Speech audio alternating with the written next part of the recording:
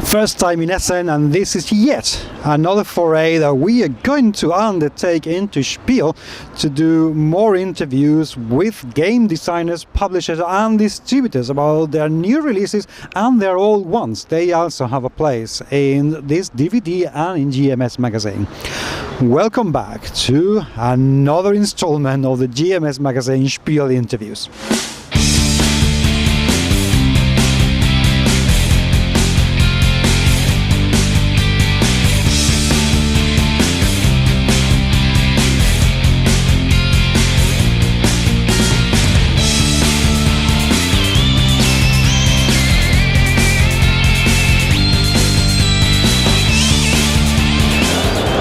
A while ago, Mark Rivera and I had the pleasure of interviewing for the podcast Mr. Alan Emmerich from Victory Point Games. I thought that Alan was going to be here, but he's actually sent somebody even better. Thank you very much. Vince DiNardo, also one of the founders of Victory Point Games, who's jumped the pond and looking fresh as a rose, free of jet lag. Welcome to Spiel. Thank you. What has it been so far for you guys to be here in Spiel? Well, this is great because we don't get out internationally to see our market. We go to all the shows in the U.S. And are going to more and more shows as the company is getting bigger. But this is the first time we've been able to step overseas and actually see all the gamers and see all the game publishers and see what a fascinating industry it is over here and how big it is. I'm just flabbergasted by the number of people that are everywhere. Everywhere you look, you try to go down the aisles and you can't move. It's just like, it's amazing. And all the games that are out, tremendous. It's really exciting. I'm very curious, what is the main difference that you have noticed between US shows and something like Spiel that has really caught your eye? Well, I think the difference is, what this seems to me is like the Consumer Electronics Show. Those always had 100,000 people that would show up on a weekend. Now it was usually computer games instead of board games, but big crowds, big publishers, big booths, lots of noise, lots of excitement. Our shows in the U.S. for board games are much smaller. They're not anything like this. This is the closest thing I've seen to the old Consumer Electronics Show, and it's amazing for me to see it's this big and this popular. Because oddly enough, the Consumer Electronics shows are shrinking in the United States. They're breaking off into different little sections, and the people aren't doing what they're doing here with all the big booths and all the big, huge attendance. They're trying to go more for distributors and business side of it, and they don't have as many as much of the public coming in as they do here. So this is great. This is like the old days. Now tell me a little bit about Victory Point Games, because you guys are growing both in the amount of games that you're producing, but also in terms of the production values that you're injecting to your games. What changes are you bringing now in Victory Points? What can we expect? Well, we've always published a lot of games. We've always been on a cycle of at least every 2 to 3 weeks publishing a new game. We were able to do that because we were small and we didn't do large quantities of games. What we've decided to do now is upgrade the quality of our components. Victory Point Games has always been known as a game company. The game plays the thing. That's our motto. So the components in our games initially were handmade, so they weren't of the highest production quality, but the games were always really good. People loved the games, and we could keep our costs low, so we could get out to our market. What we decided to do now is upgrade the quality of all of our components and go to box games so we can expand our distribution into stores. It's very hard for Ziploc bags, which is the way we've always marketed our products, to be displayed in a store because where are you going to put it? There's no racks or anything like that. So we decided, we've always wanted to stay away from box games because we didn't want to have 1,000 or 2,000 or 3,000 boxes sitting on a shelf waiting to sell the game when we have to do a new game in 10 days. So that was one of the main reasons we kept away from boxes. Then we finally figured out how we could do an economical way to do box games for all of our products. So we went to the generic box with a sleeve that's printed on demand, so now we're not tied up with with all of our inventory. All of our money is sitting on a shelf. We don't have anything money for development. So box games now gets us into stores, which gets us into a wider distribution. Of course, with a box game, when you open a box game, you expect a mounted map. You expect your counters to be thick, and you expect your cards to be glossy with round corners. You expect your rule book to be a manual, color manual with staples. So you need to upgrade the entire quality of all of your components. So we just decided that once we figured out we could do the boxes on demand, which has always been our basic philosophy, is print on demand, everything fell into place. We ended up getting a laser cutter to do all of our counters. We ended up getting a huge Canon printing press to do all of our printing. And so all of a sudden now, we're like a real company. How are you going to handle the demand? Because the only thing I can expect to happen, and I really hope it will, is as people see those games in shops, there will be more and more demand, and international demand, because your presence in Spiel it could be a changer. The reason we're here now is Brave New World is going to distribute all of our products in all the German-speaking countries. So they've invited us over to be their guests at the show, which is why we're here now. Our orders now will go from 5 or 10 copies to ideally 50 or 100, or more, depending on what the product is. As far as how we intend to fulfill those orders, we'll cross that bridge when we come to it. We have the ability to do some more expansion. We're looking at getting a second laser cutter. We're actually looking at plastic figurines too, with injection molding and everything, but that's down the road, hopefully a little bit. So I'm in charge of production, so that's just another headache right now that I just soon not have to deal with. But let me guess, that was Alan's idea. Actually, it was. Well, it's funny. Alan comes up with like, gosh, it sure would be nice if we could do this, but I know we can't. And then we have, our brain trust, sits around and we kind of kick it around. We could do that. And then we come back to Alan and say, hey, we can do it. Which is how the box games came about. Alan and I never wanted boxes, never wanted to do it, and we said, but the old song, never say never. We finally figured out a way to do it, and we went to Alan and said, hey, we can do box games, and from that day until it took, I think, 4 to 5 weeks, and we had box games. I mean, it was like that. Once we decided we could do it, boom, boom, boom, boom, boom, it all happened. So, but see, that's because we're small and flexible, and we can make quick decisions, and we can act on them quickly. And then all the people that work for us are all ex-students of Alan's, from his, from the gaming college. So they're all motivated, they're all stimulated, they love games, and they have a can-do attitude. Oh, we can do that, we can do that. And so, Alan and I, as the old guys, just say, okay, yeah, I guess we can. And then it's like, let's do it, so. What boxed games are you coming out with to start with? Well, we actually came out with, I believe, 8 or 9 for our initial run. Going forward, all new products now are box games. We will go back to our back catalog. We have well over 100 games in our back catalog. So we're going to pick and choose the ones that we think will do the best in a boxed version. Games like Nemo, Nemo's War, games like Circus Train,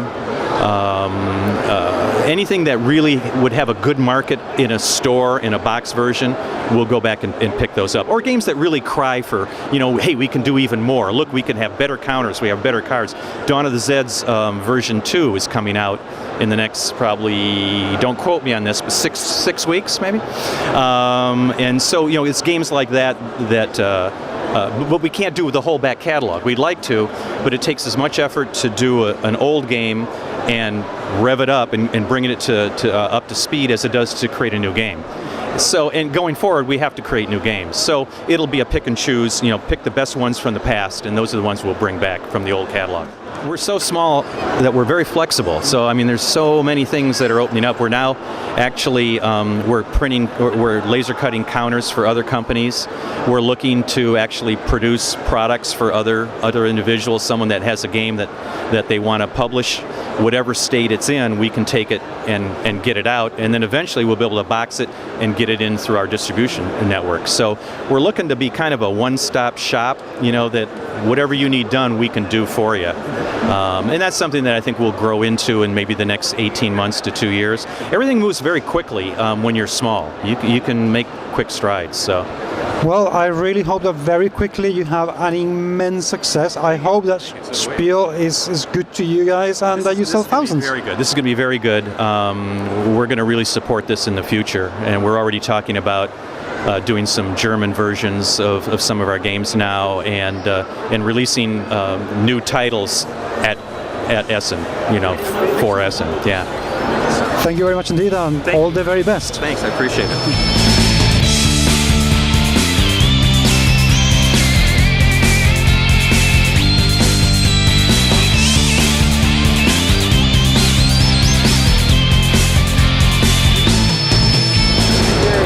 As I was saying when I interviewed another company earlier on, some of the most beautiful games are coming out from France, and Editions du Matagot are indeed responsible for some of those games. From the delightfully beautiful looking Takenoko, Felinia is gorgeous, but you guys, Fabien, at Essen Spiel this year, you have another 2 games that also look awesome. Absolutely beautiful. Tell us a bit about the releases that you had this year. So this year we basically have, as I was saying, 2.5 new releases. I'll come to the half bits later. The first new release, and maybe I can show you, is the new edition of River Dragons. So it's a game by Roberto Fraga. It's actually his very, very first game that he did more than 10 years ago, actually. And we decided to redo the game with a much better looking design, and we redesigned it with nice graphics by Pierrot. We did some wonderful illustrations, and we decided to go also with wooden bits, so wooden planks, wooden figurines, and so on. And so the rules basically haven't changed. It's the same rules. We just added an expert variant, so you can flip the board and have another board with more expert rules. But the rules themselves haven't changed. We just redesigned it, and it looks really beautiful, and people love it. So. As I was saying earlier, I played last night. It took us less than 10 minutes to get the rules, and when adults play, whoa! The game looks so cute, but it can be really deep and very, very nasty. Yeah, exactly. That's what I really like about the game. It is a family game because the rules are very, very simple. I explained it, I taught it to children. They get it very, very quickly. It's easy to understand.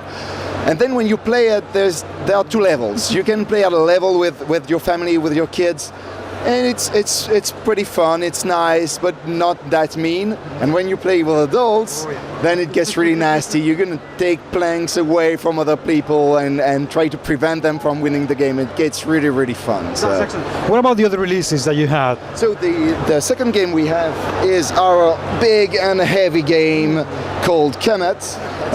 And Kemet is our new game in our Excel collection. So it's the same collection where we published Cyclades, Felinia, Giants, and so on. So these are really our heavy games for gamers, and this is one of them. So in this game, the rules are not really complicated, but it's definitely a gamer's game, but very dynamic.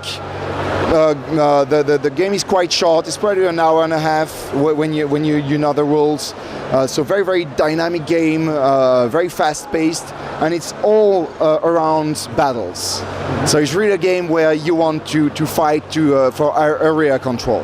So it has kind of a feeling like Cyclades in this area control idea, except that you fight much, much more in this game. So the whole point of the game is to fight your adversaries, to get control of the temples that you have on the game.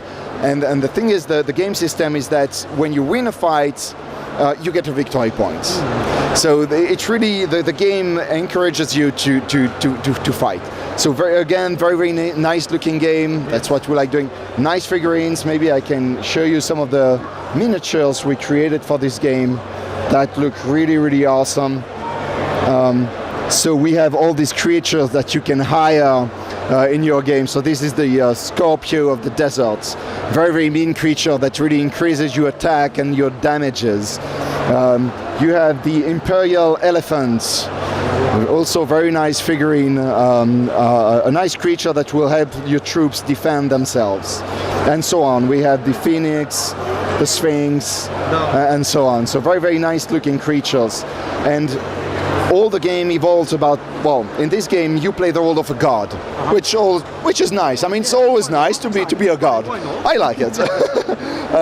And all the gods can develop throughout the game, and they will develop by buying new powers. So you have these power tiles that will be set on the table, and by buying new powers you get more and more powerful.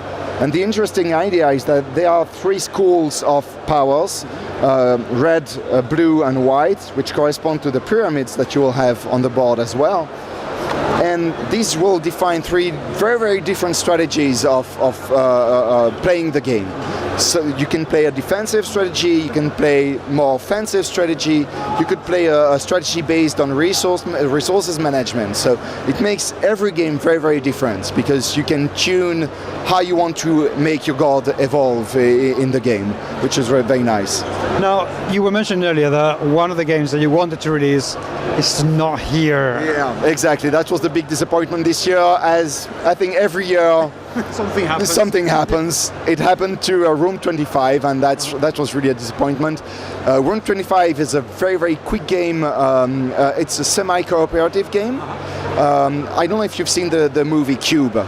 Have you seen that? Yeah, it's an old movie, yeah. And the atmosphere, the theme is the same. So you're trapped in a prison made of several rooms connected to each other, making a square. It's not a cube. It's hard to make a game in 3D. But anyway, the thing is, you are on a TV show, and you are participant to this TV show. It's called The Prisoners, and you're trapped in this prison, and you need to find the exit. And you need to find the exit before the end of the game, which is 10 turns. And of course you are going from room to rooms, but some rooms are trapped, and you might very well die, which is always a lot of fun. Since it hasn't been able to be out at Essen, when would you be expecting to release that? It will be released in a couple of weeks, because the game is ready. It's just the boxes that we didn't get. So people will be able to order it well before Christmas? Yeah. Oh yeah, sure. It will be released at the latest in mid-November. So yeah, it will. As I said, everything is ready except the box. So. And I presume Editions Matagot is busy with more games for the future, I hope. Yeah, of course. For next year, we have one of the big hits that is really expected is Northwest Passage, which is a game that was released previously as a print-and-play game by Yves Tourigny, a Canadian guy. And we will release this next year, first half of next year, under another name, because actually another company published another game totally different with the name Northwest Passage. So we will change the name. We don't know exactly what it will be yet, but the game is almost ready, so we'll release this next year. And we have other games that are coming that I can't really talk about, but yeah, we'll have tons of new stuff, and always in the same spirit. We want to make nice looking games, or I would say beautiful looking games. That's what we are aiming at, And we like figurines, as you can see. And same thing with Room 25, all the characters have small figurines. Each player has his own figurines, so that's really nice. And that's what we want to make, nice looking games with nice components. And we have all different collections. We have the XL collections, which is really for heavy games. We have the family collection, where you have River Dragons, Nefertiti, and so on, more lighter games. And we have the action collection, where we have Room 25, Shadowhunters, so quick game, fast-paced games with a lot of action.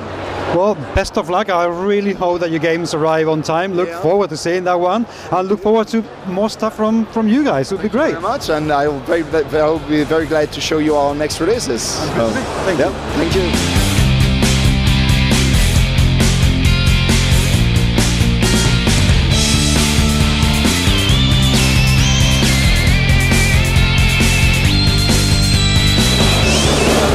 As you know, not all is fun and games when it's about games. There's an awful lot of business and there's an awful lot of very, very serious stuff that has to happen for games to reach the shops and for games to actually to happen. And this gentleman with me today, Didier Deller, is, well, you're kind of an expert in that sort of thing. You are the publisher for sit-down games and I mean, you do know a lot about the business. Oh, I know a lot because I'm also a publisher of the magazine. I started last year to publish board games, but I'm still learning publishing board games. It's a new job for me, so I go step by step, slowly, with slow, smaller run prints. So I want to see, but yes, I know a bit. You've been running Plato in France for a very long time. It's a very well-established magazine, and it's now coming out in English. Yes. What made you jump and translate the magazine and expand your market? It's a good question. It's because when you do fair, when you are in contact with a publisher all over the world, all of the day for your job for the magazine, you know their way of working, you make interview of them, and it made me very curious to how to make this. I wanted to enter in this world, to go on the other side and to start publishing my own games. So as everyone, I had the envy to do my own games, to be a designer, but firstly I saw that it wasn't my job. Due to my real job as a graphic designer, I feel better when being on the side of the business. So finally I decided to jump and to start publishing games, but I didn't want to make small games, party games. I wanted to enter in the business with a big game. With the first one was Viracocha, some kind of Ameritrash. And then this year, 1 year later, we come with a Carnage, something completely different, which is more Euro games, with wooden pieces, programmation, and so on. What has been the biggest challenge from going from French to international regarding the publishing of the magazine and also the bringing the workload of publishing good games? Oh, it's huge, huge. I don't sleep. Last night I slept 4 hours, before 4 hours, 2 hours ago. I'm tired, and every day like this. But it's a passion, so I prefer to sleep not so much and to work for my passion than to be behind my desk in the office and so on. So that's not a matter. Did you expect that you were going to be this busy when you started, or did you just think, well, I'm going to do one thing and see how it goes, and then I'll do something else? To work so much? Yeah. I'm freelance. So since I start working as a graphic designer, I always work a lot. My weekends, early in the morning, so I'm used to. So it's not a problem. Maybe later in a few years, but not now. What are the distribution plans for Plato, for the magazine? How are people going to be able to get hold of it? So, like the French version, we are not especially looking for shops to distribute the magazine or local distributor in any country. If there is planned, if people contact us to ask for the magazine to be in their shop, they want to have it, that's not a problem. But we are more specifically searching for subscription through our website. For the French edition, this is the way we work, and it worked very well. So I believe that with a banner campaign on, for example, BGG, we want to grow and grow with more and more subscribers. That sounds like a good plan to me. Now tell me a little bit about Carnage, because the cover looks absolutely gorgeous. Thank you. What's Carnage all about? So Carnage is a game which was basically with small animals in the forest. It was very kind, very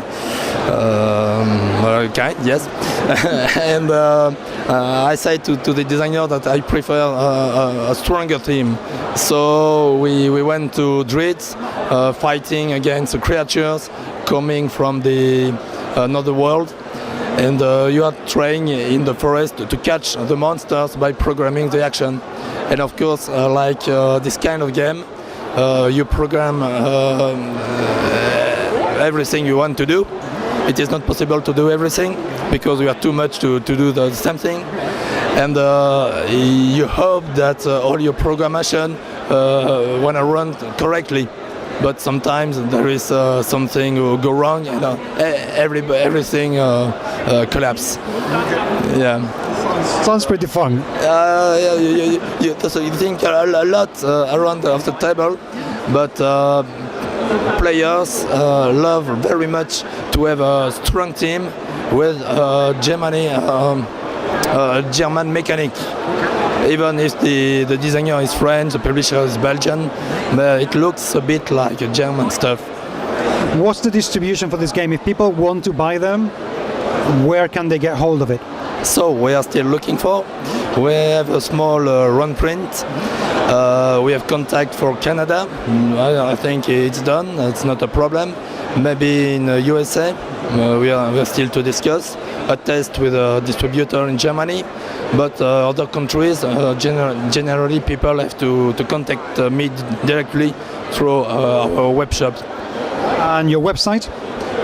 Yes, it's www.sitdown.be, and from there you have the shop and you can purchase the game and so on. Terrific. Well, Didier, thank you very much indeed. Thank you. Best of luck. Sorry for my voice, but too much job. Best of luck. Thank you. Bye-bye. Remember, Didier, that we were talking about Karnak? Well, my friend here, Mr. Pascal Cadeau, he is actually the designer of the game. So we're going to talk a little bit more. Pascal, how long have you been designing this game? Oh, it's a long story. I started in 2005, but I'm very lazy. I mean, sometimes I left it for 2 years, for example, and then it's not really representative of the real time it took to design it.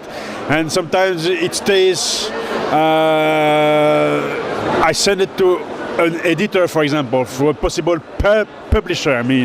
But it kept it for 1 year or even more. But in the meantime, you have no news, or sometimes you work a bit with this publisher, and then like this, you have some years elapsing, and afterwards I get it back and I don't touch it for 2 years. Then it's not.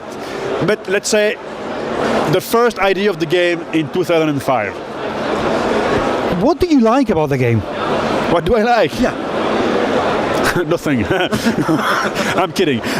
No, I like the final look of the game. For example, was it about the mechanisms that you were speaking about? Both. No, what I like is this possibility to really think deeply for it, but you can also play smoothly. What I like is the different scenarios at the end that you don't find that often at the game. For example, the way to get the victory points at the end are different according to different scenarios, and then some people will fight to favor the way of scoring, and other ones will fight if they prefer another way for scoring if it's better for them, for example. And these are the things I like. So it seems like there is an awful lot of depth within the way that the game can be played. Yeah. Is it very complex? It's complex. In my view, it's complex. Right. Yeah, because you have so many parameters to take into account.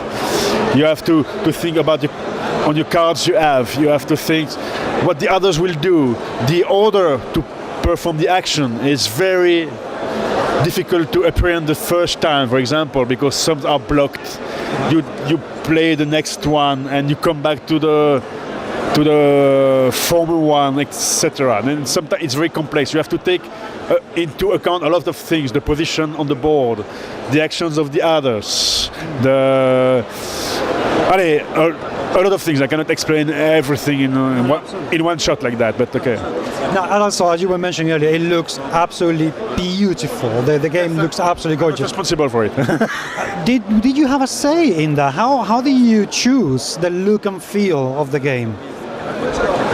Now, I followed a bit the development of the game, and I could see the different steps of the drawings. I could see the different, but actually I discovered really the final product. I discovered it yesterday.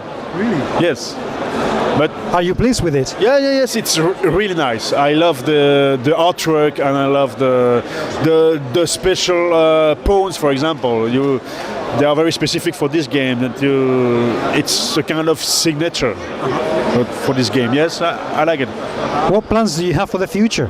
For the future, yeah, I have several games in the pipeline, but as I told you, I'm a bit lazy, and I don't have publishers yet, and I don't have time now to find some publishers. But I have a lot of ideas, and I'm sure I will have some in the future. But I hope so, at least. Well, we very much look forward to seeing them. So thank you very much for this. Best of luck with that. Encouraging words.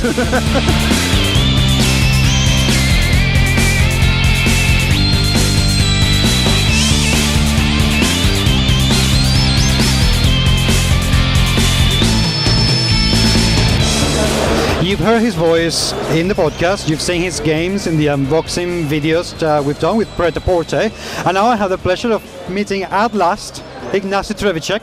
I've learned to say his surname after.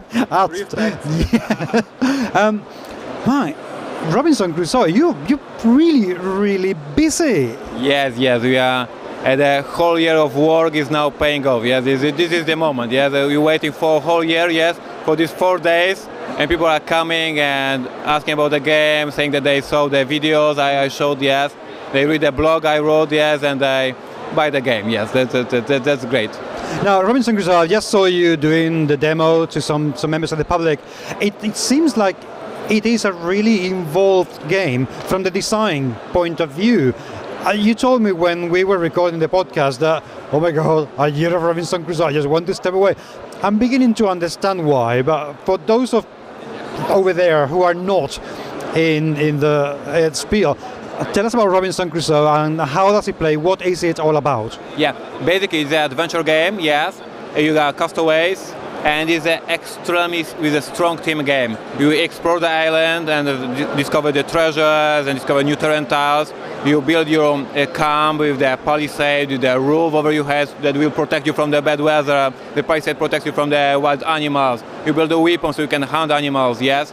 And there's a small technology tree, very cute, because, for example, on the hills you can find a mud. From the mud you can make a brick. If you have a brick you can make a wall or you can make a furnace, yes. It's a very small but very strong in the story, yes. For example, on the seashore you have a shells. From the shells you can use them to dig something, yes. From the shells you make a shovel. If you have a shovel you can make a cellar, yes, so keep the food there. Yes, so there's a lot of small cars that connect each other, yes, and you can imagine what you are doing, yes. And this is a very small but very simple solution for the adventures. We have this strong adventure feeling because each adventure card, because there will be adventure happening, yes, each adventure card has a first effect, you resolve the effect, and there's a second part of the card that you shuffle into event deck, like in a deck building games, yes? So in that way, you are having consequences. For example, you went to explore action, and you met a tiger. Yeah? The first effect, you are running away, yes? But there will be consequences. You take the tiger card and shuffle it into event deck, and you know that sooner or later, this tiger will come up and find you. Yeah? So you have only few rounds, yes, to build the palisade, to build the weapon, and waiting, is it here now or in the next round, yes? So each action, each adventure has a consequence. For example, you went for the wood, and by accident, you just got bitten by the viper. Yes, because you were in the bushes, yes, you got bitten with the viper. The first effect is, nothing's wrong, okay? You just put a marker on your leg, character leg, that something may go now wrong. And you take this adventure and shuffle into event deck. And later on, you will have a fever and everything hurts you, yes? So you have few rounds to discover a cure, yes? So your action, bringing a wood, you got the adventure, you got bitten by the viper, and there's a consequence, you will have a fever, but you can react, you can build a cure to be protected from the fever, yes? So it makes the story. I mean, you make an action, the game reacts for the action, and what is more, there are consequences later on. So you are like reading a novel, yes? On the first pages there is something is gonna happen, and next chapter, the consequences are coming back, yes? So the tiger is hunting you, yes, the fever is coming, yes, etc., etc. So I think this is it. This is a playing adventure game, yes? What is the player interaction like during the game? Yeah, there's so many choices because as you can imagine, they're playing and the weather is going to be very bad. So one player says, we need a roof because it's autumn coming. And other player says, remember about tiger, we need to build a palisade, yes? And other said, my leg, I need a cure, yes? So they discuss all the time, yes, because there's so many things to do. And they have this very simple choice because they have 2 action pawns. So they can use both action pawns on one action and this automatic success. Very tempting to have an automatic action. But if you split them to 2 actions, you can make 2 actions in a round. But then you roll the dice and you don't know the effect, yes? So they discuss if we need this action for sure and we spend the whole 2 pieces, or no, let's risk, yes? So they are talking all the time, and it's great to look at the guys. And here in Essen, the people from different countries, French people, Italian people, yes, from the Germany, are playing and discussing in English, yes, what to do. This is great. That sounds absolutely brilliant. Now, the game, although it's very cooperative, it also sounds like each player could have their own agenda. As you say, somebody may need some cure for the viper, or somebody will be scared of the tiger. What tools does the game have to help players decide and organize what should happen rather than just turn into a bickering kind of discussion around the table for ages? Yeah, there's a very simple solution. There's a first player token, and there's a first player who it represents that this day he wake up and say, okay guys, we have to fight, yes? And if there is a discussion and they cannot find a solution, he says, okay, my decision is, and he says that. And the first player is moving around the table, yes, so in every round someone else can say, okay, hey guys, we have to focus, yes? So it's very simple and it works. Okay, that sounds good. How many adventures does the game come with? There are 90 adventure cards, and there are 70 event cards, and there are 55 mystery cards. Altogether there's 275 cards. Whoa. Huge replayability, and we are working, as you know, because we are talking on the podcast, last days of the work there was 16 hours in the office because 275 cards in 3 languages, okay? Polish, German, English. There's nearly 900 cards, yes? We have to make for the Essen, yes?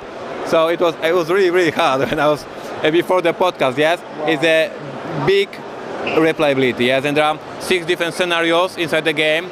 So when you finish one scenario and you are bored with this one, you take a second, and then you take a third, and then you have a fourth, and then you have a fifth, and then you have a sixth one. See?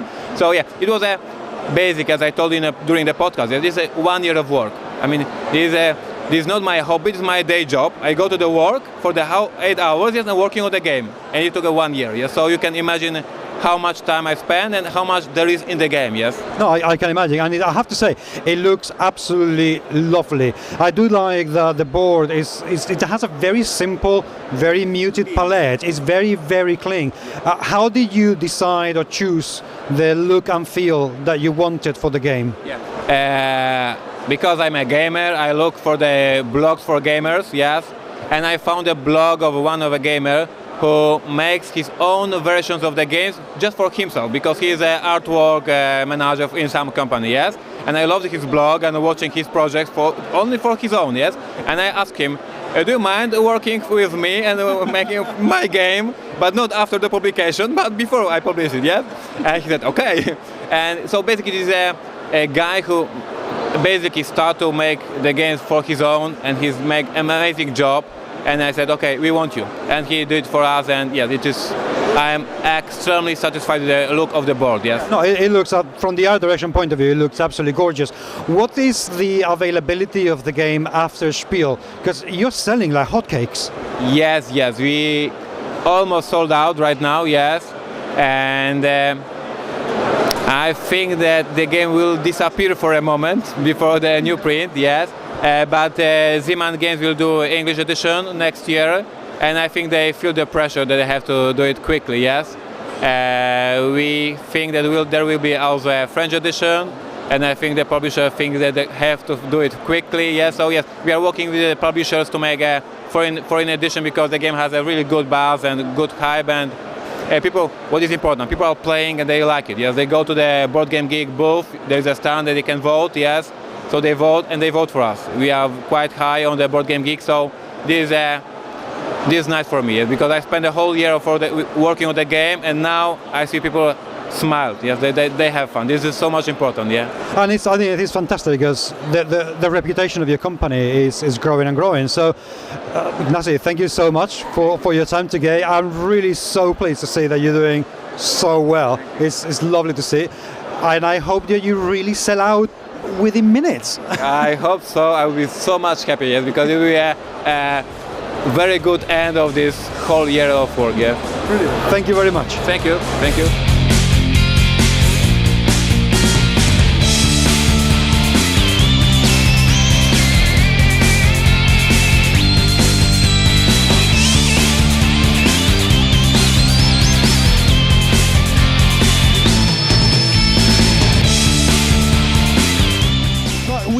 Interviewing the professionals, but we're also very interested in finding out what the public makes of Spiel. So, what's your name? Christopher. Christopher, how far do you come from? Do you live nearby? Oh, I think it's about 200 kilometers, so I'm from Germany, middle of Germany, and we visit this every year. Because we like the board games here and the atmosphere, and finding also other players in our near. And of course, we also have the absolutely beautiful looking Jiffy here. Jiffy, where do you come from? Do you come from very far? I come from Bonn. It's not that far, like 1 or 2 hours with train. So. What are you dressed like? I'm trying to look like the female version of the Monopoly guy. Yeah. Is it because you like Monopoly? Yeah, well, I looked for something which has to do with games, like board games. And so, yeah, that's what I come up with. Did you come every year to Spiel? I came last year, but that was my first time. Okay. Yeah. And how much are you enjoying that so far? Oh, it's pretty good. You have like a lot of games you can try, but there are many people, so you have to wait for the good games to play. Yeah. Have you bought something so far? I bought dice. And I bought Pokemon figures. That's always a good choice. Yeah. It's fun to see people with loads of bags of games because it shows that you are quite passionate about it. So, what's your name? Where do you come from? My name is Jörg and I came from Potsdam. How far away from here? It's near Berlin. It's the capital of Brandenburg. So it's a long way. Yeah, it's a long way. Do you come to Essen every year? It's my third time. What do you look forward the most at the show? Well, I like to see the games in reality.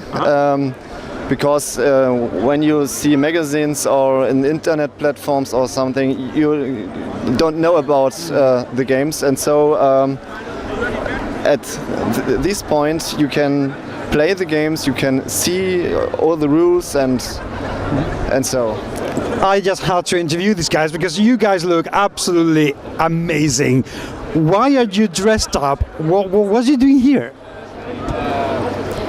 We doing a live action role play game, and these are our clothes for this event. And yes, this convention is for people like us, and we love to wear these clothes. Do you come to Spiel every year? Well, it's 2 years in a row now. And more people in absolutely fantastic costumes. Johanna, what are you dressed like? Well, I don't know what is a Zigeuner.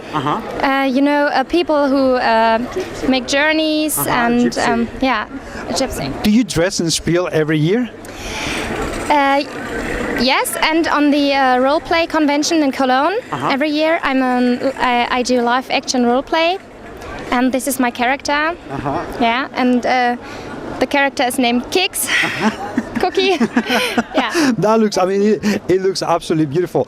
How far away do you come from to Spiel? From Bochum. How far is that? 15 kilometers. Oh, from here. Excellent. Yeah, from here. Have you seen anything at the show that you really liked?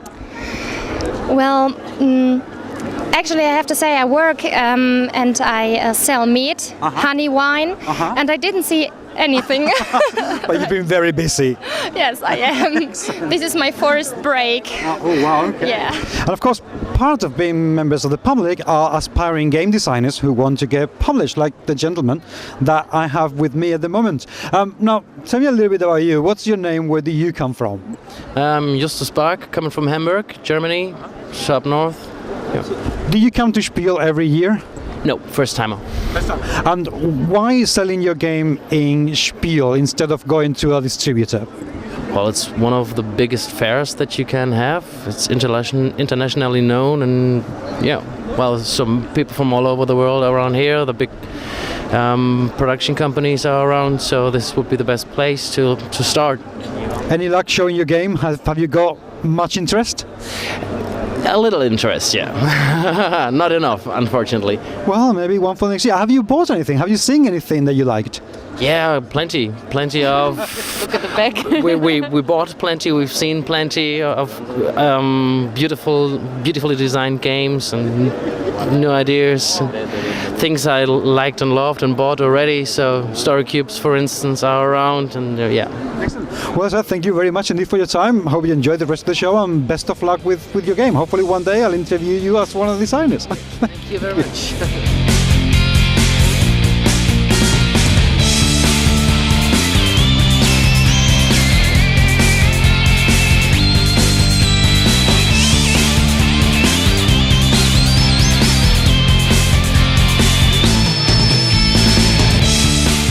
You know that I like to use weird words from time to time, and sometimes I describe people as legendary. Few times that word is going to apply more fittingly than with this gentleman here, who you should be recognizing as Mr. Jeff Engelstein, probably the most prolific game thinker out there. Seriously, you think about games. Well, thank you very much. I try, much to the chagrin of my family many times, yes. Okay, question for you, Jeff. How long have you been interested in games and thinking about the ludology? Well, I mean, I've always been really into games. I mean, from when I was a kid, I started with the Avalon Hill games, and even then started to design variations on Risk and stuff like that, just to kind of get my feet wet when I was like 9 years old or 10 years old. So really, all my life, I've really kind of just been dabbling in different aspects of it. So it begs the question: what's taken you so long to bring a game out? Well, you know, it takes away. There's designing a game. It's a process. There's always that first 80% is very easy, and then getting at that last little bit. So for me, it's just kind of getting focused and saying, okay, this time I'm actually going to do something and come out with and publish a game. So and doing it successfully. I mean, your games so far have been received very, very nicely. It's been very gratifying. So I appreciate that. It's that's nice when you come to a show like this and people play and have a good time, and it's the most gratifying part of it for sure. What's been like for you to go from just being interested in games and thinking about games to actually turn them into a business and have the added pressure to actually, are people going to like the game? What's been the journey like for you? Well, it certainly has been nerve-wracking, like you say. I mean, it's one thing is for sure, I don't get to play as many games as I used to. So that's been a change. I just certainly do more testing and more of that. But and when you get that first, I think the most nerve-wracking moment is just when you get that first copy back from the printer and you open it and you've never seen it before. It's like, okay, did they get everything right? And did they do the cards and the counters and everything? But it's been a relatively smooth transition, I guess, into doing it. But I still think of myself first and foremost as doing the podcast and that part of it. I really just kind of see the game design as more of just something I'm kind of doing on the side. I'm not trying to make a living at it. I just, if I have an idea that I think would be fun to do, then I just kind of pursue that. So tell me about your games and your ideas that you have in mind for your games. What makes you decide, right, this is a game worth pursuing? Because I bet my bottom dollar that you have like a queue, a line of games, ideas waiting to be developed, like from here to back to the US. What is the determinant that says to you, this is one to make? Well, I try to do something that's going to be of interest to me. I mean, something that I want to do, and also I want to try to do something that really hasn't been done before. And I don't go out seeking something that hasn't been done before, but if I have an idea and somebody else has done it pretty well, then I'm like, okay, maybe I could refine that a little bit, but that's not going to keep me motivated through the whole thing. So the 2 games that we've published so far have really done something that hasn't really been done before in the way that we did them. So that really kind of kept us motivated, kept us going. So that's the first thing I look for. But yeah, we've got a couple of ideas that are in the pipeline. But some stuff, you just play with it and play with it and play with it, and it just doesn't work. I've got one design which I just love the concept of it, but I've been playing with it for like 7 years and have not just been able to get it to come together the way the vision in my head works and still make it playable so people would actually want to do it. So tell me a little bit about your latest game, Space Cadets. What's good about it?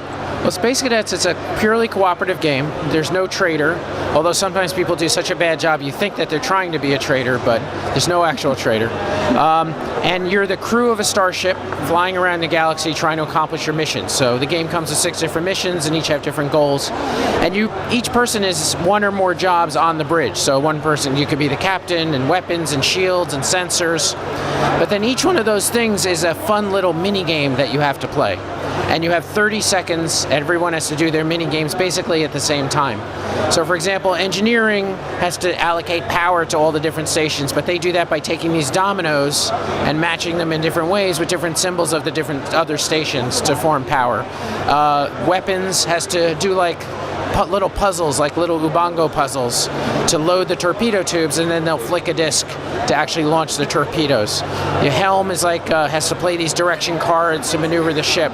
So everyone's doing that all at the same time, so it's really crazy. So we really like the idea of having the different mini games, because like my wife, although she's getting tired of me using her as an example of this, but my wife hates Robo Rally and games like that. So I love those games, but I don't really get to play them because she doesn't like them. So here I can be helm, and I can do that to steer the ship, and she doesn't have to deal with it. She can do the little puzzles, which she really likes to do. So that's fun. And also by having everybody go at the same time, it gets rid of that problem where one person just like dictates what everybody's going to do, because you just can't, because everyone's got 30 seconds to do what they want to do. And we just love the theme. I mean, it hadn't been done before, and I was surprised when we kind of developed it that even the name Space Cadets was not taken from another game. It just seemed like such a natural fit for it. So it's great, and it's really good for families too, which has been especially gratifying. When we go to conventions, we had like an 8-year-old come and play here at Essen yesterday. And so they can do something like the weapons station, or sensor, or there's a memory game for tractor beams. There's a memory game. And they're very good at that. Maybe they can't manage the whole thing of the strategy of the mission, but if you set them up with their little job, they do it, and they love, because they feel like they're really playing in part of it. So that's a real great aspect of it. That sounds absolutely brilliant. Talking about families, you have worked very close with your son, developing your games, which I'm very interested in. I think it's an absolutely fantastic thing to do. How do you guys work in together? Because apart from the fact that you may have different tastes, but there is also a generational approach to games that may differ. What's the workflow and relationship between the two of you when you work on games? Yeah, well, the first game we did, the Ares project with Zeman, that was me and my son. Space Cadets, actually my daughter joined the design team as well, so it was all 3 of us that did it. And it hasn't been that bad. I mean, well, first off, they bring different perspectives, because the kids, they come up with the crazy ideas. It would be so cool if it did this or it did that, or we could have a damage effect that does this, or they come up with all those crazy kind of effects. Let's put in giant robots or whatever. And then, I'm more of the mathy guy, and I get more into the mechanics of it. And then I try to think of, okay, how can we kind of work this into a mechanic? And then we get together, it's like, is this really reflecting the field that we want? Most of the time we agree. There certainly have been occasions where we don't agree. Fortunately, we usually will, a couple of rounds of play testing will say, okay, whether one way or the other way is better, and we can usually all agree. sometimes we have had situations where we don't agree, and usually I will pull rank and say, okay, this is the way we're going to do it. Although the last day I did that in one major area with Space Cadets, and then after like 50 games later and iterations, I ended up going back to the way the kids originally wanted to do it. That ended up being the right way to do it. So, no, but that's absolutely. I mean, it's absolutely brilliant that you actually can get that sort of relationship and do it in a professional that shows that the games can expand from just the table to the design. Well, and I think that it's just a great lesson for them, just in the larger thing that yes, you can come up with an idea and make it, and it's going to be out there in the world, and people are going to be playing it and doing it and be on shelves. It's not like just something that magical, people out there do, that you can write a book or you can, do something creative and take it all the way and do it. And so that's really been good message that I wanted to impart to them. Yeah, and may the message spread, because I think it's absolutely fantastic. Jeff, such a pleasure meeting you. Thank you very much for your time. I so look forward to Space Cadets and way more, whatever comes our way from you. So best of luck for the future. I hope it really works. Thank you so much.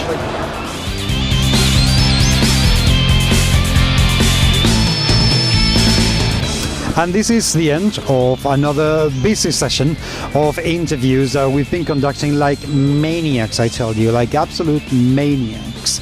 But of course, this is not the end, not yet.